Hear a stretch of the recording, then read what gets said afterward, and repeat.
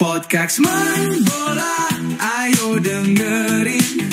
Jawa Pos Radar, Jogja pasti pimpin. Info terkini, gak bikin pusing. Bola bikin hidup makin asik. Assalamualaikum warahmatullahi wabarakatuh. Bertemu lagi di Podcast Radar Jogja, Podcast Main Bola. Jelang laga final memperebutkan juara Liga 2 antara PSIM Yogyakarta dan Bayangkara FC di Stadion Manahan pada Rabu 26 Februari 2025 nanti akan jadi pertandingan penentu siapa jawara dari Liga 2. Masih bersama dengan Pak Ananto, Mas Kopong dan Mas Pra. Kita ke Mas Kopong dulu nih. Mas Kopong, bagaimana laga final nanti antara PSIM? Di itu PSIM ada informasi apa nih? Silakan Mas Kopong. Ada informasi apa terkait venue ya? Iya, venue udah pasti di ini kan, di Manahan. Yang jelas Panpel itu mengajukan 17.000 tiket ya buat penonton, dan yang jelas dari pihak manajemen akan mengundang Arso Dalem, itu jelas akan diundang. Walaupun beliau itu sudah mendapat tiket seumur hidup untuk nonton PSIM, tapi besok akan tetap diundang lagi caranya untuk bisa menonton dan merayakan bersama PSIM di Manahan. Menang kalah tetap dirayakan berarti kan? Iya, lolos kan? Iya, lolos. Terus tim sendiri sekarang tadi sudah berangkat ke Manahan. Oh, sudah berangkat ke Manahan. Berarti stay di sana ya, di Solo ya? Iya, Pak. Sudah berangkat ke Manahan. Secara kondisi tim cukup bagus kalau kata Coach Erwan. Kemarin sudah awal-awal setelah libur 2 hari, setelah lawan PSPS itu kan diliburkan 2 hari. Latihan itu udah recovery beberapa hari dan kondisinya cukup bagus. Tinggal bagaimana sekarang tim pelatih ini meningkatkan motivasi pemain untuk bisa mendapatkan juara 1 untuk melawan Bayangkara di laga final nanti, Mas. Kok Pak Anto? Prediksi laga PSIM Bayangkara seperti apa nih, Pak? Mereka udah bertemu di grup kemarin. Kalau dari teknik ya. Ini meskipun dua-duanya ini saling mengalahkan ya, Praya.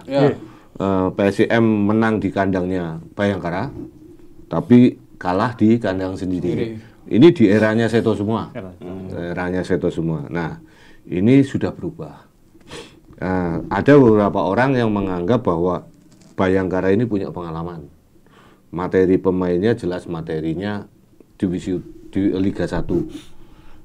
Materi Bayangkara kata orang itu lebih baik dibanding PSIM.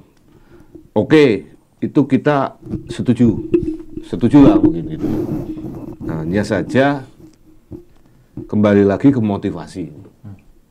Motivasinya PSIM ini jauh lebih besar dibanding dengan Bayangkara. Karena apa? Karena ini 20 tahun baru promosi sekarang. Dan yang kedua, ini pemain itu sedang tinggi-tingginya motivasinya. Sedang tinggi-tingginya. Karena ingin memberikan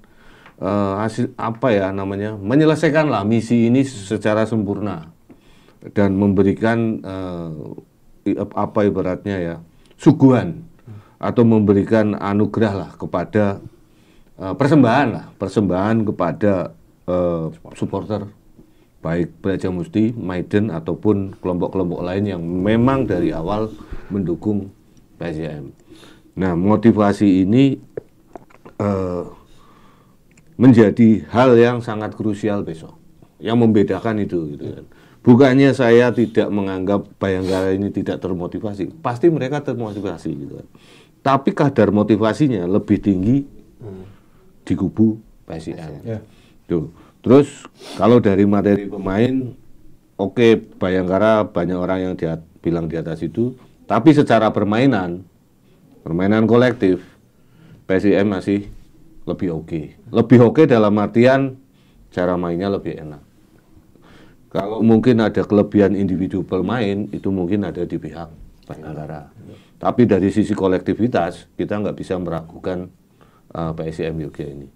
Jadi semuanya 50-50, sebelum bola ditendang 50-50, cuma yang membedakan itu kualitas individu ada di kubu Bayangkara, tapi motivasi yang lebih tinggi ada di kubu PSIM.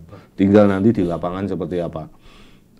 Yang jelas pertandingan pasti akan menarik, ya kan. PSM juga nggak mau kalah, karena mereka sudah jauh-jauh ke Solo, apalagi ini di Solo ya. Solo, Pak. Berarti cita-citanya Pra kemarin terkabul. Ya. Bukan lagi Mataram Islaf, Pra. Mataram Maslaf. Mataram itu harus cinta. Kalau misal bahasa Inggrisnya salah, ya terserah lah gitu. Intinya itu lah. Intinya itu, karepe itu. Ya. Pra sebagai seorang supporter PSIM Jogja, masih mungkin dekannya udah hilang ya, udah nggak dekan lagi karena sudah plong kan, udah lolos Liga 1. Nah, tapi yang lawan Bayangkara ini ada nggak yang diharapkan tuh apa gitu kan dari?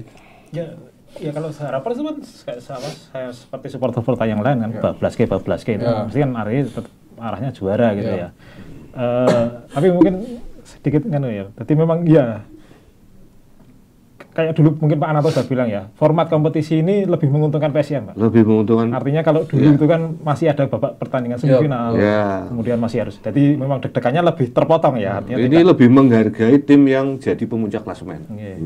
Artinya kan kalau dulu dengan format-format lama itu masih ada format semifinal. Sampai titik darah penghabisan. Artinya kalau dengan format lama kita masih ketemu dengan Persijap Jepara kalau nggak salah ya. Jadi kan ya kemudian. Tapi kan ini diuntungkan kemudian jadi pemuncak langsung otomatis lolos. Jadi ya memang secara format memang PSM diuntungkan karena secara format ya. Tapi walaupun secara permainan memang kita menunjukkan PSM memang layak dengan 15 poin dan segala macamnya, memang secara permainan memang PSM layak dan segala apanya. Dan menghadapi Bayangkara ya pertama di babak penyisian grup itu memang saling mengalahkan ya Pak. Jadi mungkin kayak ini jadi simulasi bagi Erwan Pak. Simulasi menghadapi tim Liga 1. Betul. Artinya seperti dibilang memang kualitas pemainnya Bayangkara memang pemain Liga 1. Banyak pemain timnas ya, ada sama Dendi, ada Adi Setio, ada Hergianto, Putu Gede, dan itu memang pemain timnas, Indra Kavi dan segala macamnya itu kan itu memang ex timnas lah. Itu memang standarnya Liga 1. Tapi ini menjadi jadi simulasi Erwan menghadapi tim Liga 1 karena memang baru kali ini dia yang menjadi head coach-nya ya. Karena kan 2 pertandingan kemarin masih Seto yang menjadi. Jadi ya saya kira memang akan total dan akan mungkin ini menjadi pembuktian berarti Erwan sendiri tidak cukup setelah promosi ya 12 ke juara sih sebenarnya. Mungkin itu aja. Kalau Bang, Bang juara pasti. Juara, semua optimis juara. Kowe kademen mau piye? Udah dari kecil tuh ini. Dari kecil lho iso kena AC kademen iki. Ini dengan di pucuk ini PSM Jogja ini. Iya, melu PSM di pucuk adem iki. Jogja adem. Apa bonus sudah cair bonus? Belum tahu. Yang jelas semua menginginkan PSM juara, dari manajemen, dari supporter dan masyarakat pun menginginkan juara ya. Ya kalau Buliana sendiri ya seperti kata Ngarso Dalem, pinginnya ya tetap bablas ke ojo tanggung, kemarin bilang seperti itu. Ya. Ya Pak Nanto melawan itu tadi tim-tim maksud saya pemain-pemain yang tadi yang disebut tadi nama-nama kualitas di atas kata orang Liga 1.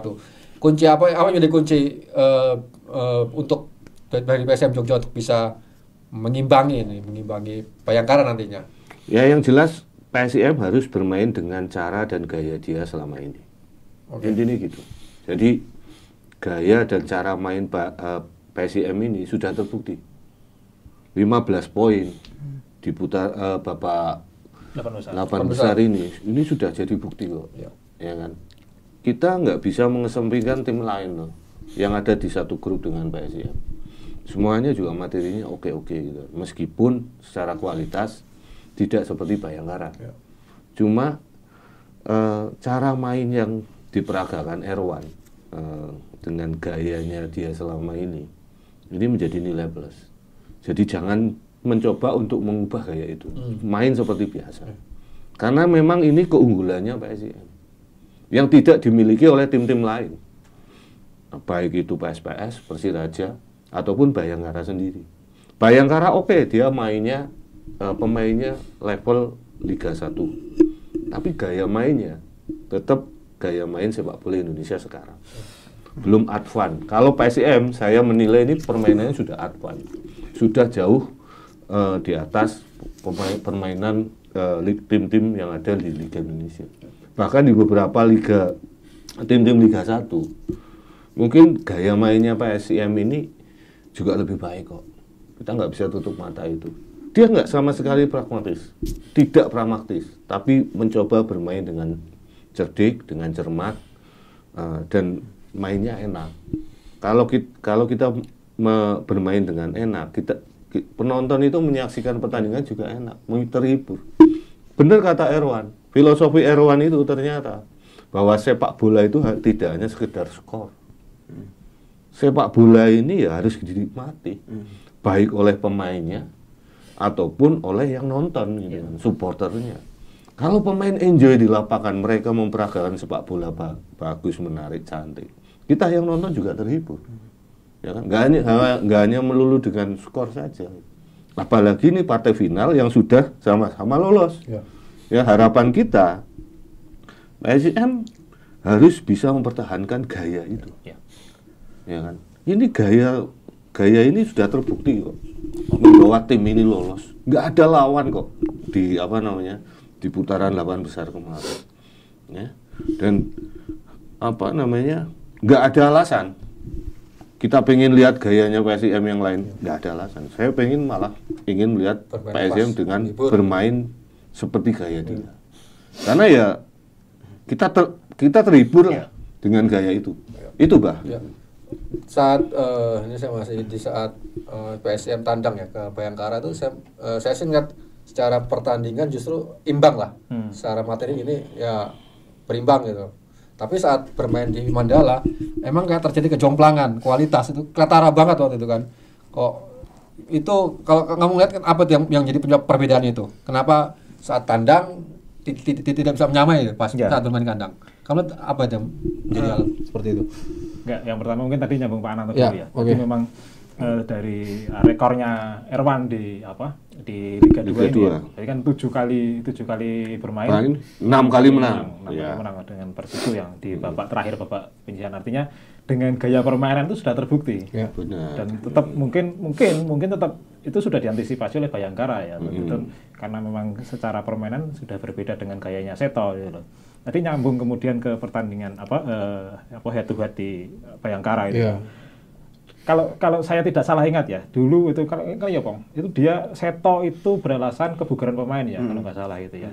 Tapi saya melihatnya beda lagi. Tadi ada satu alasan yang menurut saya menarik adalah provokasi dari pemain Bayangkara. Dan kalau mungkin teman-teman lihat di cuplikan di pertandingan itu, mungkin secara permainan iya, jadi gaya permainan Bayangkara itu cenderung keras dan cenderung kasar ya. Jadi memang di pertandingan itu kalau teman-teman supporter ingat, dua pemainnya Yusaku sama Rendra Tredi ditarik karena cedera. Karena memang terjadi banyak benturan. Ya, fisik ya. Bayangkara justru malah lebih bermain fisik. Ya. Dan itu memang terlihat. Jadi karena salah satunya kan itu tadi provokasi itu ya. Jadi ya memang kemudian di pertandingan itu memang kayaknya mungkin salah satu pemecahnya itu kan gayanya permainan kerasnya itu boleh cenderung ke permainan fisiknya itu. Ya mungkin kalau nggak salah itu kan Bayangkara atau lawan mana ya, PSKC atau mana tuh yang Hargianto kena straight red card ya. Karena pemain langsung nendang kakinya dan segala macam. Jadi memang saya kira permainan karakternya Bayangkara yang mungkin yang membuat yang pendekatan dari Bayangkara itu yang membuat di pertandingan pertama dan kedua agak berbeda. Selain kebugaran ya, tapi saya kira juga permainan fisik lah, permainan lebih menonjolkan permainan fisik daripada tekniknya itu yang mungkin agak memprovokasi permainan PSIM ya. Di luar kemudian golnya yang keduanya Bayangkara itu yang agak diprotes ya, karena kan si Samuel cedera tapi bolanya tidak dibuang, langsung diumpan dan cetak gol itu. Jadi memang tensinya memang tinggi Pak saat itu. Saya ingat di Mandala itu tensinya memang sangat tinggi pertandingannya. Jadi mungkin Bayangkara juga motivasi untuk membalaskan dendam di kandang sendiri ya. Ya memang saat itu tensinya tinggi banyak benturan fisik. Yang seingat saya kalau nggak salah itu ya Rendra Teddy sama Yusaku itu yang harus sampai ditarik keluar tadi. Karena cedera. Ya ini mungkin jadi ya mungkin sudah dievaluasi atau ditonton juga oleh Erwan, artinya harus menyikapi pertandingan lawan Bayangkara seperti apa. Tapi memang saya lihat Bayangkara memang agak berbeda Pak dengan yang Bayangkara di penyisian grup ya. Sebelumnya ya. Karena kan kehilangan siapa si Mati Mayer yang ke Barito ya. Penggantinya Valerian bagus sebenarnya, itu kan salah satu yang diincar PSIM juga Pak. Sebelumnya ya. Untuk Itu Tegal kalau nggak salah. Ya, dari Tegal itu. Yang penggantinya Pedrinho sebelumnya kemudian akhirnya Omid itu ya. Jadi memang secara permainan ya kita melihat kan wajah, kita melihat di babak 8 besar lah. Itu kan secara poin lah. Itu kan sangat jauh Pak. Iya. Bayangkara 9 poin. 9 poin dan beberapa kali kalah kan? Iya. 9 poin udah kalah. Di grupnya PSIM ada 2 yang 9 poin. PSPS dan Persiraja. Itu 9 poin juga. Salah satu nggak lolos. Cuma satu nggak lolos. Artinya ya entah kemudian persaingannya seperti apa, tapi saya kira persaingan di grup sebelah di grupnya PSIM akan lebih ketat dibandingkan di Bayangkara, kemudian Persija, kemudian PSKC, Cimahi satu lagi Lamongan. Jadi memang saya kira di apa ya, sejak perubahan setelah kehilangan itu yang Matius Mayer itu yang ke Barito ya ada celah ya, mungkin tidak seagresif sebelumnya. Valerian mungkin iya, tapi saya kira tidak mungkin agak berbeda lah mungkin. Gaya mainnya dua pemain ini beda memang, Bro. Ya, memang beda. Satu pemain itu si Mati Mayer itu dia itu fisiknya kuat. Dalam artian dia bermain fisik oke. Dan dia skillnya juga bagus. Sementara Valerian ini lebih ke stylish. Dia itu sangat stylish itu. Dan kalau Mati Mayer ini kan eksekusi di kotak penalti itu klinisnya minta ampun. Jadi dia itu punya kekuatan finishing yang bagus. Beda dengan si Ryan ini yang memang agak stylish dan dia bermain dengan menekankan skill individu yang memang di atas rata-rata sebenarnya. Dan di Barito juga dia kelihatan. Artinya memang itu pemain kualitas Liga 1 sebenarnya. Tapi yang itu yang cukup membuat perbedaan Bayangkara di babak penyisian grup lah. Betul. Ya memang sudah ada perbedaan dan saya kira itu menjadi salah satu keuntungan PSIM juga. Nantinya Bayangkara sudah kehilangan salah satu pemain pentingnya gitu ya. Jadi memang saya kira ada celah. Saya kira tetap ada celah untuk mengarahkan Bayangkara sih. Artinya situasi sudah berbeda sekarang kan? Iya. Apalagi sudah tidak ada beban ya kedua tim. Iya. Nothing tulus semua ini. Tulus. Artinya memang ya tetap tensi pertandingan tetap tinggi saya kira. Karena pasti tinggi. Apalagi juga Bayangkara juga mesti ngotot juga. Ya, nggak mau malu lah. Nggak mau malu. Manajernya juga manajer timnas kan. Siapa? Pak Marji itu kan. Tak pikir juga dia juga tidak akan begitu saja melepas pertandingan ini. Jadi saya kira pertandingan besok akan tetap seru dan ya mungkin semoga Irwan sudah punya solusi lah untuk mengatasi tekanan dari Bayangkara itu. Bayangkara PSIM duet pemain pelatih muda ini Hanif Sugiarto.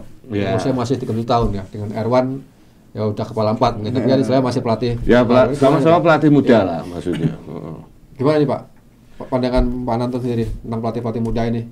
Ya, ini bagus ya bagi perkembangan Liga Indonesia. Karena selama ini kan kita melihat dominasi pelatih asing terus gitu kan.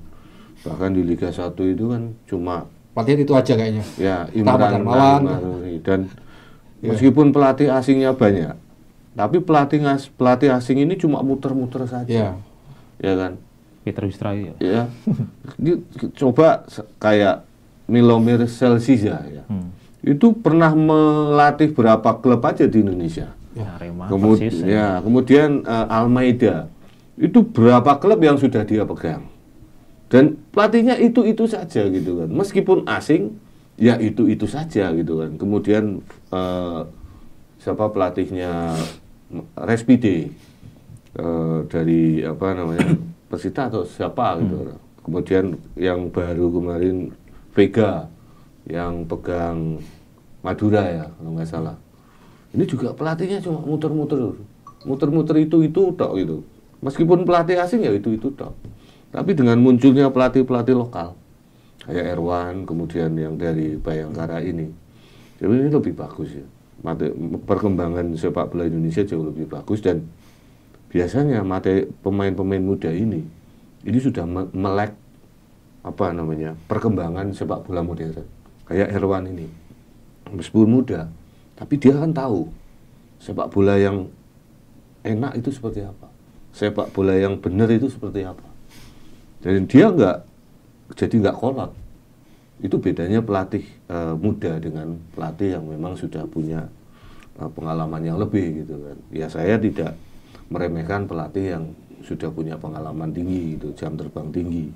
Cuma era sepak bola ini kan berkembang sangat cepat, sangat cepat. Nah pelatih ini harus mau dan harus mampu untuk beradaptasi dengan gaya permainan ini. Nah biasanya yang seneng, yang pintar beradaptasi itu teman-teman yang muda gitu kan. Kalau saya terus terang sudah umur sekian misalnya ya kita mau dandan wae pakai model-model kayak apa ya tetap kita nggak bisa beradaptasi gitu kan. Lain dengan kopong mau beradaptasi kadang ngau blangkon, kadang nganggo sarung gitu. Dia cuek aja. Kalau saya pakai blangkon ke kantor itu kan ya dikira dalang saya mau gitu kan. Itu loh. Jadi itu loh Pak. Dan saya nggak begitu melihat karakter berbeda antara Bayangkara sebelum dipegang pelatih yang muda ini dengan sebelum-sebelumnya. Karakternya masih sama. Jadi benar kata Pra, waktu di putaran sebelumnya, waktu main di sini, waktu di Jogja, Bayangkara itu malah main keras kan. Padahal kualitas individu jelas menang mereka. Itu berarti karena apa? Karena cara main mereka kalah dibanding dengan cara mainnya PSIM yang notabene kualitas individu pemainnya mungkin masih ada di bawah Bayangkara. Tapi karena kalah cara bermain, gaya bermain, ya kan? Akhirnya mereka ya main keras untuk membuyarkan skema yang sudah disusun oleh PSIM gitu kan. Nah, ini kemungkinan besar. Kalau memang nanti caranya seperti itu, mungkin besok juga akan diterapkan seperti itu juga sama Bayangkara gitu kan. Nah, tinggal bagaimana ini Erwan meramunya. Tapi saya melihat timnya Erwan, PSIM-nya Erwan ini juga mereka nggak takut bermain keras gitu. Kadang mereka juga kalau memang dalam posisi perebutan bola, pemain-pemain PSIM ini di eranya Erwan ini mereka juga berani body chest kok. Mereka nggak takut gitu kan. Mereka nggak takut duel. Nah ini mungkin yang agak sedikit membedakan dengan sebelumnya, dengan Seto yang lebih mengedepankan bermain safe, bermain stylish gitu. Tapi kalau terutama saat perebutan bola, jadi pemain-pemainnya PSIM ini berani duel. Ini gitu. Jadi mungkin nanti kalau misalnya Bayangkara akan menerapkan gaya yang sama, saya pikir malah akan jadi bumerang. Karena apa? Mereka itu menyia-nyiakan keunggulan kualitas pemain mereka. Sayang gitu kan. Sebenarnya kualitas mereka kan bagus-bagus. Dan kalau misalnya gaya bermainnya ini enak dan cocok dengan kualitas karakter pemain seperti mereka, saya pikir bisa lebih bagus tim ini. Tapi kalau mereka nanti malah bermain pragmatis, sia-sia kualitas permainan mereka, pemain-pemain ini. Itu mungkin. Ya. Ngomong soal Erwan, apakah ada treatment khusus nih bagi Erwan terhadap pemain-pemain PSIM jelang laga final ini? Cuman meningkatkan motivasi, Mas. Dimotivasi ya. Nggak ada peningkatan fisik ataupun apa gitu. Nggak ada, cuman ya taktikal biasa, cuman meningkatkan motivasi aja.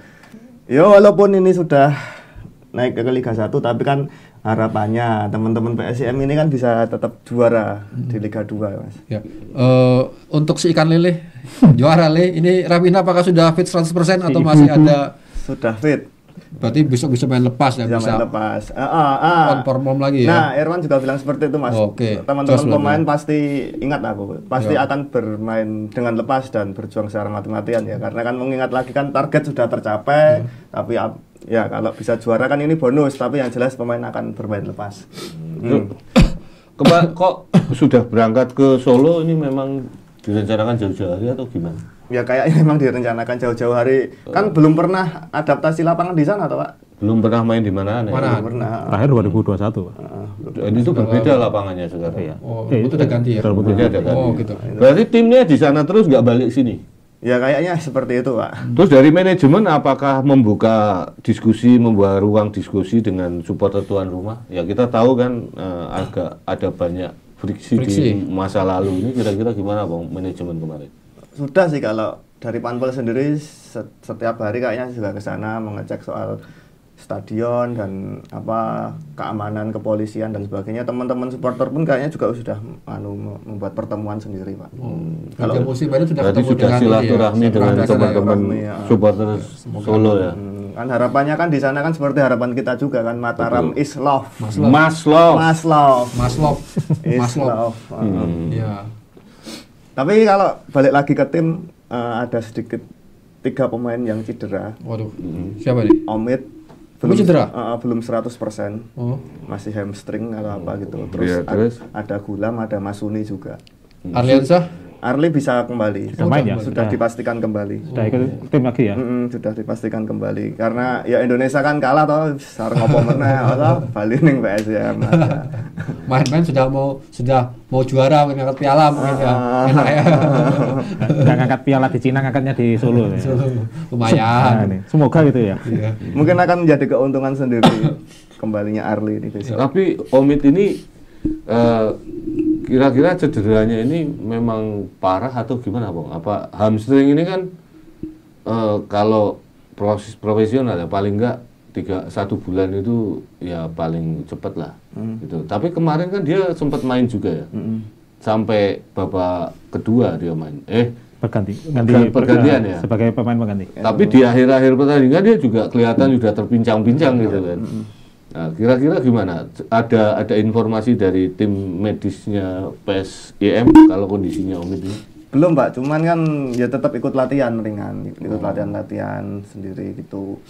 Ya kondisinya ya itu belum 100% tapi ya mudah-mudahan, karena kan ini kan final toh, Pak.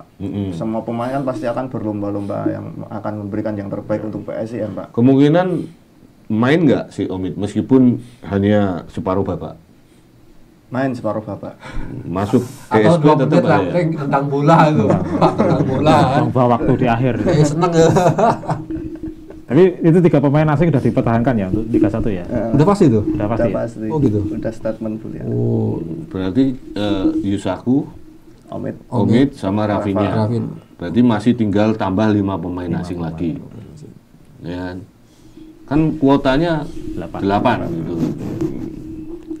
Om Pras sendiri ngeliat adanya Mataram supporter PSIM yang akan banyak berkunjung ke Solo nanti. Upaya untuk menjadikan Mataram benar kedua kelompok supporter yang dulu saling berseru sering bisa lewat teman-teman ya kan itu. Apakah ini akan benar-benar bisa terjadi nantinya? Ya. Karena kan kalau PSS sama PSM kan sudah gitu kan, sudah terlihat kan. PSS dan Solo juga sudah. Tinggal ini kan momen yang terakhir ini PSM dan Solo. Seperti apa nih, Bro? Ya seperti yang saya katakan di episode sebelumnya. Sebenarnya kan ini kan jadi penentuan yang belum terjadi ya. Maksudnya yang belum terjadi itu adalah waktu awal kemudian Mataram Islaf digaungkan di Mandala itu waktu doa bersama Kanjuruhan itu kan banyak supporter Solo, banyak supporter dari PSS yang datang kemudian ketika PSS juga membuat acara yang sama di BCS di Maguwo itu kan juga banyak datang. Yang belum itu kan Solo sebagai tuan rumah. Artinya kan belum supporter dari Jogja maupun dari Sleman yang kemudian berkunjung ke Solo. Ya, saya kira itu ya seperti saya bilang ya ini jadi pembuktian lah. Jadi ya, kunjungan balasan dan sekaligus merayakan gitu. Artinya kan juga banyak di media sosial itu kan supporter Persis itu kemudian juga membentangkan bendera Persis waktu merayakan kemenangan PSIM dan segala macamnya itu kan sinyal-sinyal itu sudah ada, sudah kelihatan. Dan salah satu ini mungkin agak flashback ke venue ya. Ketika SSA itu dinyatakan tidak boleh tanpa penonton, Solo langsung welcome. Dengan syarat kemudian sudah ada pertemuan antara kedua supporter.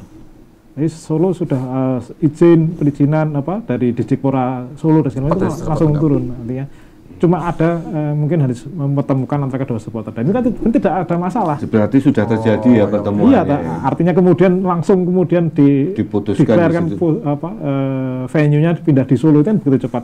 Artinya memang sebelumnya itu sudah, saya kira hubungan keduanya itu sudah nggak ada masalah sih sebenarnya.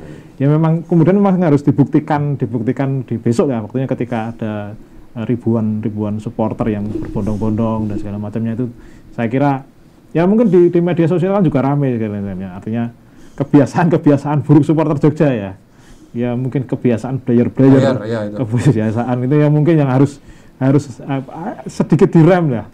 Apalagi nanti lewatnya kandang Menjangan itu kan dituntun itu. Mau dikandangin. Dikandangin motor soalnya. Sekarang beda lah. Mau dikandangin. Ya, artinya ya memang kemudian banyak imbauan di media sosial juga bahwa ya harus diakui kebiasaan dari supporter Jogja memang masih sopan ya. Ya itu tadi yang kebiasaan knalpot belombongan dan segala macamnya mungkin agak dikurangi lah. Apalagi kan kita kesowan dan segala macamnya. Kemudian juga imbauannya itu kan tidak usah, kalau juara tidak perlu merayakan di Solo ya. Rayakanlah di Jogja. Karena tuan rumah juga sedang lagi dalam posisi yang menghormati artinya. Ya saya kira ketika Solo sudah welcome, sudah memberikan venue, tempat dan segala macam ya, sebagai balasannya kita menjadi tamu yang baik, tamu yang sopan. Ya tetap kita menghargai tuan rumah dan segala macamnya. Dan ya saya kira itu sudah terbukti sih kemarin ketika kemudian tidak ada masalah, perizinannya cepat sekali, langsung di ACC dan langsung penjualan tiket bahkan langsung sold out. Yang batch pertama ini nggak ngerti batch kedua berapa lagi. Batch pertama kemarin online itu kan langsung sold out. Dan ini yang memang kemudian saya kira antusiasmenya sangat tinggi, dan ya mari kita jaga bersama-sama, jagalah itu Mataram dari Islaf menjadi Maslaf, ini ada kenaikan kelas lah. Berarti pinter ya Pemkab Solo ini menangkap peluang ini. Kalau urusan gitu-gitu Pemkot Solo itu jagonya. Dari dulu. Ini sebenarnya di sini Pak, mungkin agak ini tamparan bagi Jogja Pak. Ya betul. Pemprov DIY sebagai pemilik Mandala, Pemkab Bantul sebagai pemilik SSA maupun Pemkab Sleman sebagai pemilik Maguwo. Artinya kalau ngomongin city of football, kota sepak bola, ada banyak minimal 2-3 lah, bahkan di 3 jenjang teratas ada timnya dari DI semua ya. PSS di Liga 1, PSIM sekarang sementara di Liga 2, tapi sudah promosi ke Liga 1, ada Persiba di Liga 3. Ini daerah provinsi yang gila sepak bola. Punya stadion 3 Pak. Padahal wilayah kecil ya, wilayah kecil. Tapi sayangnya nggak ada yang bisa dipakai untuk final Liga 2. Itu kan memalukan sebenarnya. Papat Mas Kridosono.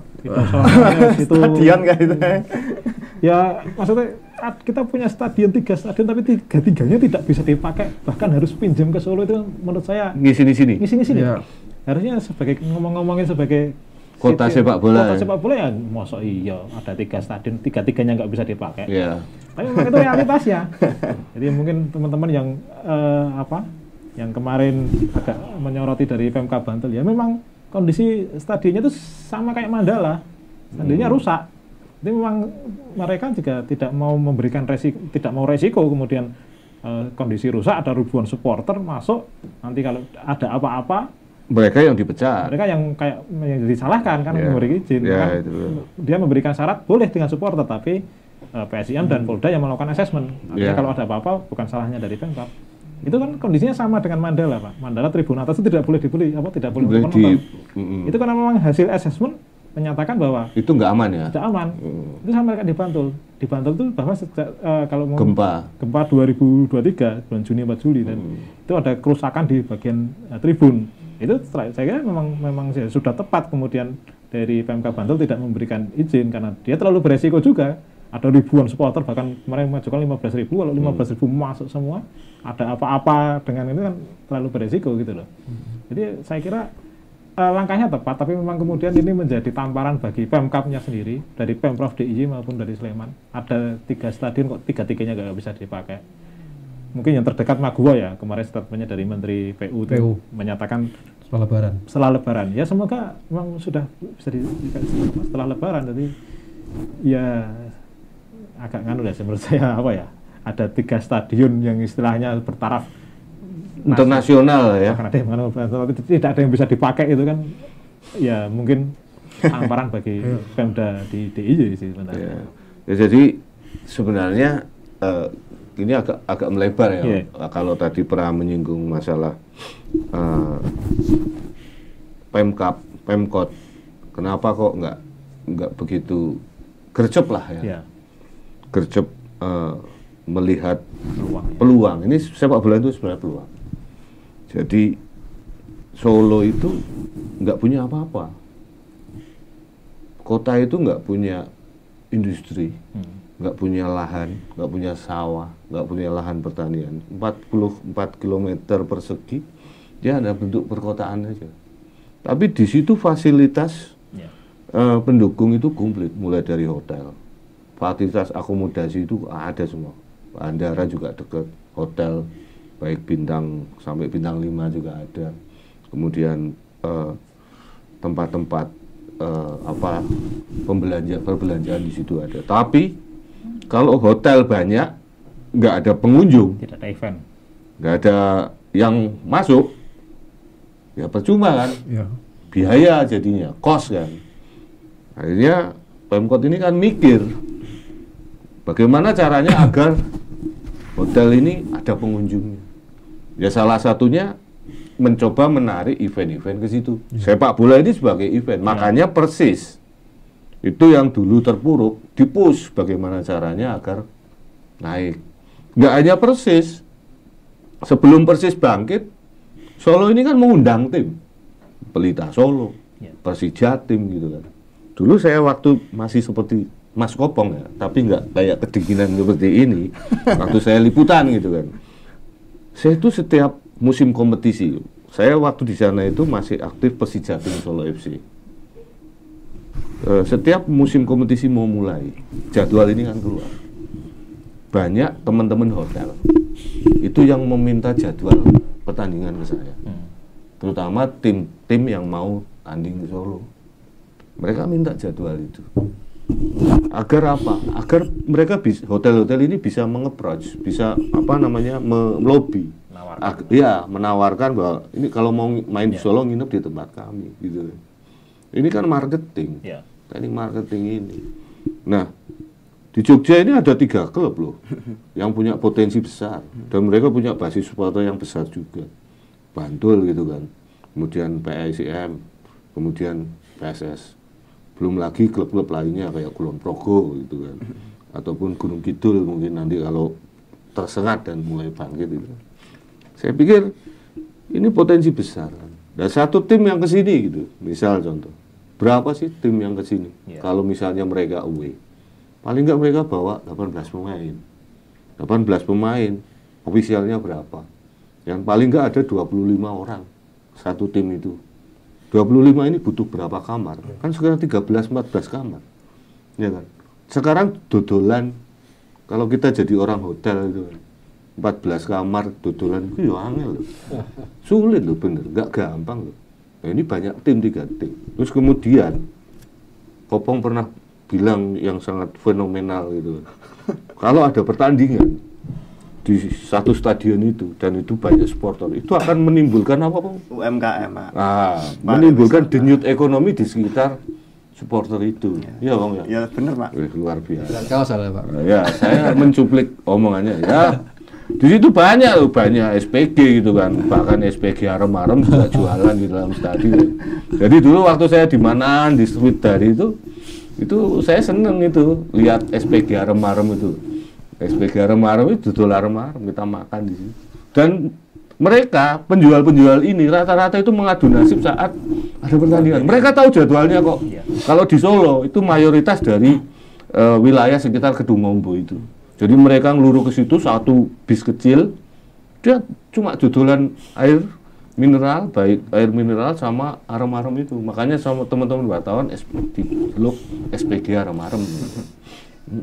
SPG-nya kayak SPG rokok gitu ya, ibu-ibu gitu kan. Tapi mereka mengadu nasib. Nah, itu membantu mereka. Nah, jadi ya semoga saja dengan adanya peristiwa ini kan semakin membuka mata pemegang kebijakan yang ada di Pemkab maupun Pemkot kan. Bagaimana sih ini menarik. Ini kan juga pendapatan bagi mereka. Sport tourism. Retribusi dari karcis itu kan. Tiket itu kan juga masuk ke PAD setempat kan. Ya kan? Sekarang berapa sih misalnya kapasitas Maguwo? 25.000 ya. Lebih mungkin, Pak. Ya kan?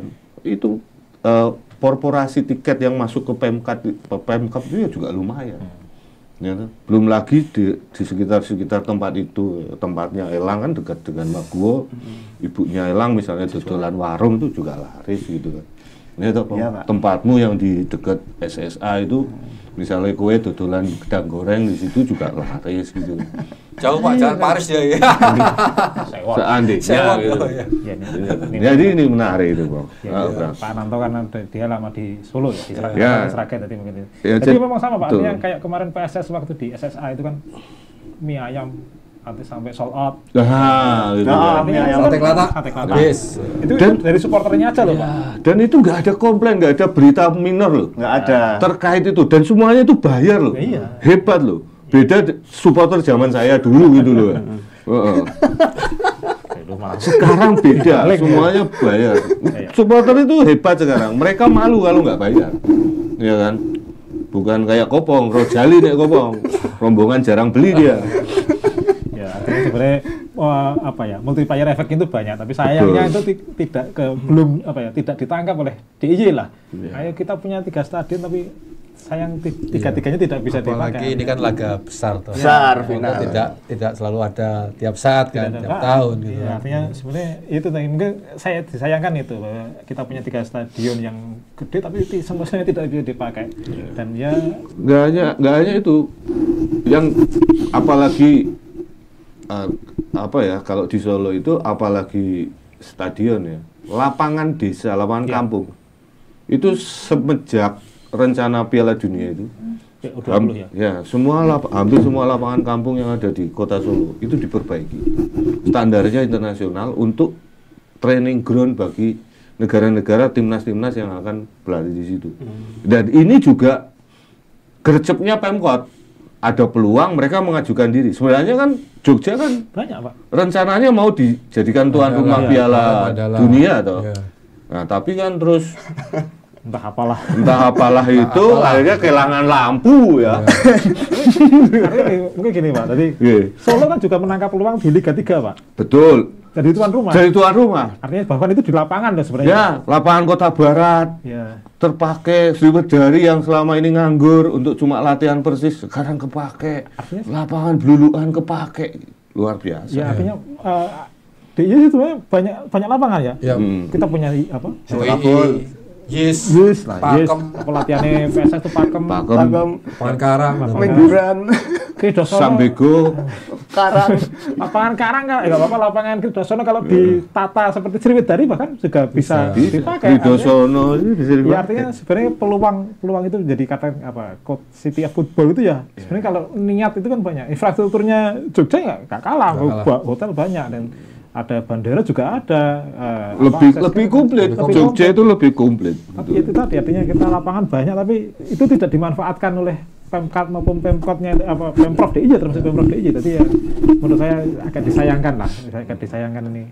Kita bisa mendatangkan kalau tidak hanya itu di sport tourism, tidak hanya wisatawan yang plesir wisata itu ya, tapi supporter itu juga sekarang supporter kayak apa ya? Supporter family itu lebih banyak dia mendukung supporter juga dengan keluarganya sekalian berlibur kuliner artinya peluang itu sebenarnya banyak tapi sayang yang kembali lagi yang infrastruktur kita yang tidak ada 3 stadion yang tidak mumpuni ini padahal fenomena pendukung sepak bola di Jogja ini sangat fanatik loh. Iya. Sangat masing-masing klub ini punya pendukung yang loyal loh. Loyal luar biasa loh. Dan sekarang sudah relatif lebih aman, artinya tidak ada gesekan. Sudah family. Sudah ada masalah. Football family-nya ini sudah semakin terbangun gitu. Peace love. Ya, makanya nanti kamu nek ketemu Bupati Bantul ya disenggol-senggol gitu biar diperbaiki itu lubang itu kan dekat rumahmu. Ya ojo-ojo nanti misalnya nggak diperbaiki kena gempa terus nibani rumahmu repot. Ya, atau ketemu Sultan nanya soal ini Mandala mau diapakan. Nah, ini kan di museum efisiensinya gitu. Ya itu kan urusan lain. Ya ini menarik ini Bang bahwa Pemkot Solo itu memberikan akses penggunaan Stadion Manahan dengan syarat supporters harus ketemu, harus saling komunikasi untuk menjamin ada keamanan. Kira-kira kamu dapat nggak statement dari mungkin Berjamus siapapun main dengan komitmen perdamaian dua supporter ini pada laga final? Belum dapat, Mas. Waduh, itu gimana belum dapat ini? Lah kan tapi kan kemarin ini loh, Gimana? ini loh manajemen ini udah dapat Udah kulo nuwun gitu. Tapi kan tetap yang di bawah itu kan supporter, Bang, ya kan? Tapi kan Oke. apa? Kalau keinginan dari manajemen PSIM sendiri ini kan ya gimana caranya bisa menyatukan. Ya ini momen untuk bisa menyatukan dua wadah supporter dari PSIM maupun Persis Solo. Nah, karena kan balik lagi Pak Ananto, sepak bola ini alat pemersatu bukan alat pemecah belah. Pemersatu bangsa. Nah, Nek menurutku TKI, Pak. wah, Oke, bangsa akeh saiki. langguyu ya pemersatu bangsa gitu. lah ya salah. Ya, sepak bola betul. Ini the real pemersatu bangsa sepak bola ini. Nek sing lain KW. Harapannya seperti itu, ya kan? Ya. Tapi ada nggak kuota khusus buat supporter Persis Solo untuk bisa menyaksikan laga itu? Belum, memberikan statement itu enggak? Belum. Di grup-grup ini supporter pun juga belum ada itu. Belum ada ya. Penjualan tiket. Supporter yang banyak kehabisan tiket kemarin. Mas. Bahkan teman-temanku di kampung pun juga ya bingungan juga. Karena kan sekarang online, Mas. Ya. Melalui online. Ya, apalagi teman-temanmu, saya mau beli online aja bingung. Online banyak yang WA kemarin. 17.000 tiket ya. Nah, tapi hari ini Mas Pra katanya hari ini ini hari apa, Senin? Ini katanya di Wisma PSIM ada tim dari onlineloket.co atau apa yang di sana. Kalau ada teman-teman supporter yang kebingungan mau beli tiket bisa konsultasi di sana. Bisa berarti membuka hotline ya di situ ya. Oke. Pas ini akan nonton sana? Dapat izin betul, Pak? Aku wong Solo ini kene kok. Ya mungkin kayak mungkin ya hampir sama dengan yang lain ya, teman-teman supporter itu banyak yang sudah sold out dan segala macam. Sampai sekarang memang belum dapat tiket. Jadi mungkin ya mungkin nonton di layar HP Layar kaca. Layar kaca ya, online Semoga ya. saja bisa lah. Semoga Ya, bisa. kayaknya memang belum akan Tapi memang saya berharap banyak, saya pribadi berharap banyak dengan PSIM ini. Setelah beberapa hari kemarin kan saya coba untuk mengulik-ngulik tentang latar belakang sosok tokohnya, kemudian latar belakang sejarahnya juga, terutama sosok-sosok yang ada di belakang manajemen sekarang ini. Jadi PSIM ini mungkin ke depannya ini akan jadi salah satu klub sepak bola yang sangat profesional di Indonesia. Jadi kita mulai tahu lah siapa sih behind the klub ini. Jadi dari beberapa informasi yang saya dapat itu klub ini bukan hanya sekedar klub sepak bola, tapi perusahaan sepak bola. Jadi PSIM ini salah satu tim yang benar-benar clean masalah administrasi Keuangan lah. Bener Pak, bener. Betul ya? Ya. Tim paling paling sehat paling sehat di Liga 2. Dan Diana seperti itu kemarin bilang sama saya. Dan kemudian bahwa ini mungkin banyak yang belum tahu teman-teman. Jadi tim ini itu sudah seperti sebuah perusahaan yang benar-benar perusahaan sepak bola, bukan hanya sekedar klub. Dalam artian apa? Manajemennya itu profesional banget. Ya. Bahkan sampai seluruh pengurus, terutama yang masuk manajemen dan yang ada di PSIM itu, yang bekerja di kantor PSIM ini, ternyata semuanya sudah karyawan PSIM ya pokoknya. Dan mereka itu sudah dibayar diikut sertakan ke BPJS.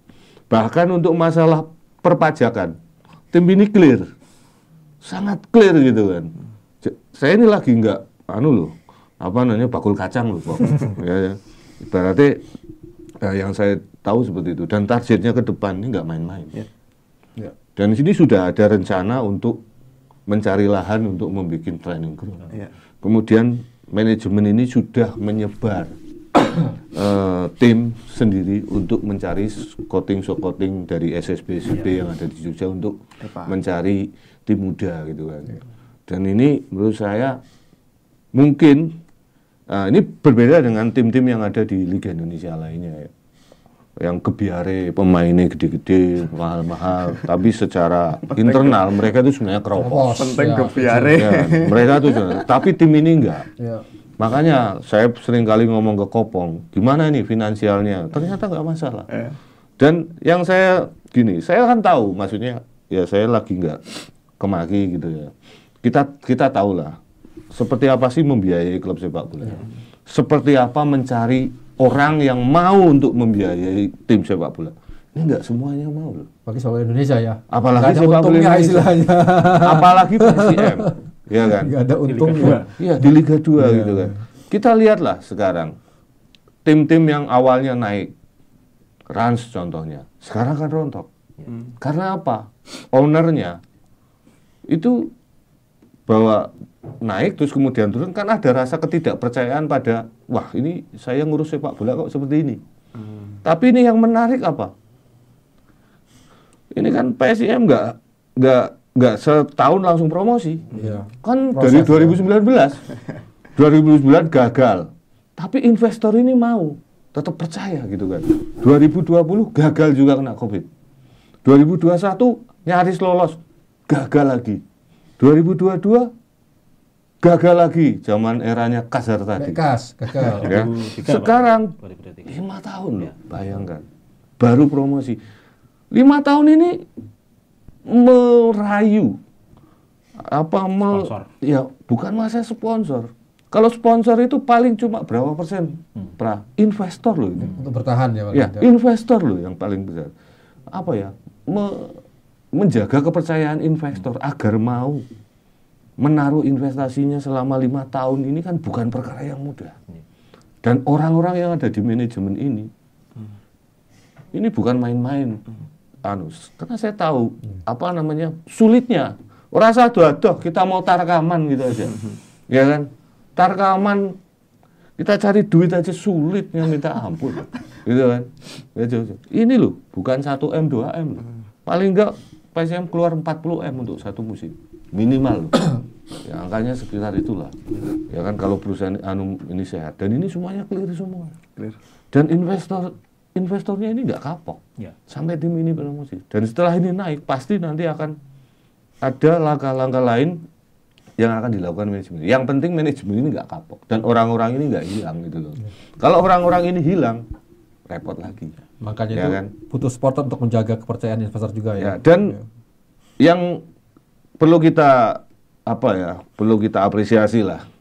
Manajemen PSIM ini kan sebenarnya mayoritas bukan orang Jogja. Mereka dibawa oleh investor ke sini. Tapi mereka itu kulonuwun dan menjogjani banget. Mereka tahu karakter. Karakter Jogja itu seperti apa, karakter supporternya PSIM seperti apa. Mereka tuh sudah tahu luar dalamnya di sini. Ini yang membedakan dengan tim-tim lain yang ada di sekitar sini lah. Kita nggak usah sebut yang lain gitu kan. Kan manajemennya berbeda. Manajemennya berbeda. Sampai ada komen di netizen komen mau ikut Sultan apa ikut Ratu Boko. Dan ini memang luar biasa gitu kan. Contoh kayak Buliana beberapa kali sowan ke Masuk dalam juga welcome gitu kan. Ini kan berarti menandakan apa? Ini manajemen serius gitu. Jadi saya kemarin juga lihat-lihat gitu kan. Ini gimana ini ke depan? Kita kan perlu tahu toh, tim ini ke depan ini seperti apa. Jangan-jangan naik terus kemudian turun lagi gitu kan. Tapi dengan ini ya mungkin saya agak sedikit punya harapan besar lah gitu. Tadi omongannya Pak Anand tadi kita konfirmasi ke manajemen. Sudah ada komitmen manajemen mau ke sini ya, Pak ya? Iya. Saya nanti ada dari perwakilan manajemen yang jadi ada tokoh-tokoh penting dari manajemen PSIM nanti yang mau hadir di podcast ini. Dengan permintaan dari jadi teman-teman silakan menunggu, nanti kita bisa ngobrol seperti apa dan kita bisa tahu rencana-rencana PSIM ke depannya seperti apa. Karena ini penting gitu kan. Jadi nanti supporter nggak usah khawatir lagi. Saya sendiri sebenarnya saya orang jurnalis kan memang harus skeptis ya. Saya sendiri orang yang sangat skeptis terhadap segala sesuatu. Tapi semoga saja kadar skeptis saya yang sudah mulai turun ini benar-benar terwujud gitu kan. Ya kalau memang dilihat holdingnya memang perusahaan yang benar-benar entertain ya, saya bilang kan. Dan yang paling penting kan gini, emang paling penting kan bukan hanya masalah perusahaannya ini besar gitu kan, tapi kan komitmen mereka loh, mereka itu nggak kapok gitu kan, dan mereka percaya pada orang yang ada di sini untuk mengelola ini. Bayangkan loh 5 tahun, sekarang Rans aja berapa tahun naik terus sekarang di Liga 3. Penting gebiare. Ya kan? Ya kan? Ya mungkin karena Raffi Ahmad sudah kapok atau seperti apa kan? Penting gebiare. Nah, ini kan banyak tim-tim seperti itu kan dulu banyak di Liga Indonesia ya kan? Udah tiang kan? Raffi Ahmad. Iya. Jadi mereka kelihatan luar biasa, wah pemainnya tapi internalnya keropos. Tahu-tahu gaji 3 bulan nggak dibayar gitu kan.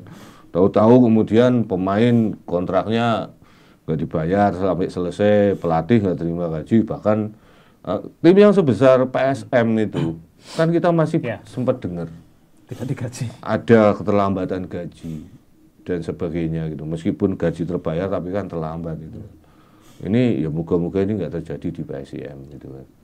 Jadi ini yang harus kita tunggu sebenarnya ke depannya nanti seperti apa. Kalau memang ini nanti rencana ini benar-benar terwujud, ya Jogja patut menunggu ini kan. Jadi kita bisa lah menunggu punya tim yang benar-benar kuat secara finansial, sehat, secara materi, secara prestasi juga bagus, juga bisa, moga-moga bisa. Ya, kalau lihat dari tim yang selalu dimiliki holding yang ini juga kan sudah melakukan itu kan, dia punya training ground yang sangat mewah kan istilahnya kan, mengelola stadion sendiri, training ground yang megah itu kan, ya mungkin itu akan ditularkan di PSIM juga kan, karena secara kepemilikan ada juga mereka memiliki saham di PSIM kan. Ya. Nah itu yang kita harapkan seperti itu, karena trademarknya memang pengennya endingnya itu mengikuti Bali United. Nah, kalau yang saya pelajari gitu loh. Itu aja Bang. Ya nanti kalau misalnya ketemu dengan manajemen kan bisa kita tanya kan. Barcelona lah. Hah? Barcelona kemarin bangkrut ya. Barcelona ngutang ya.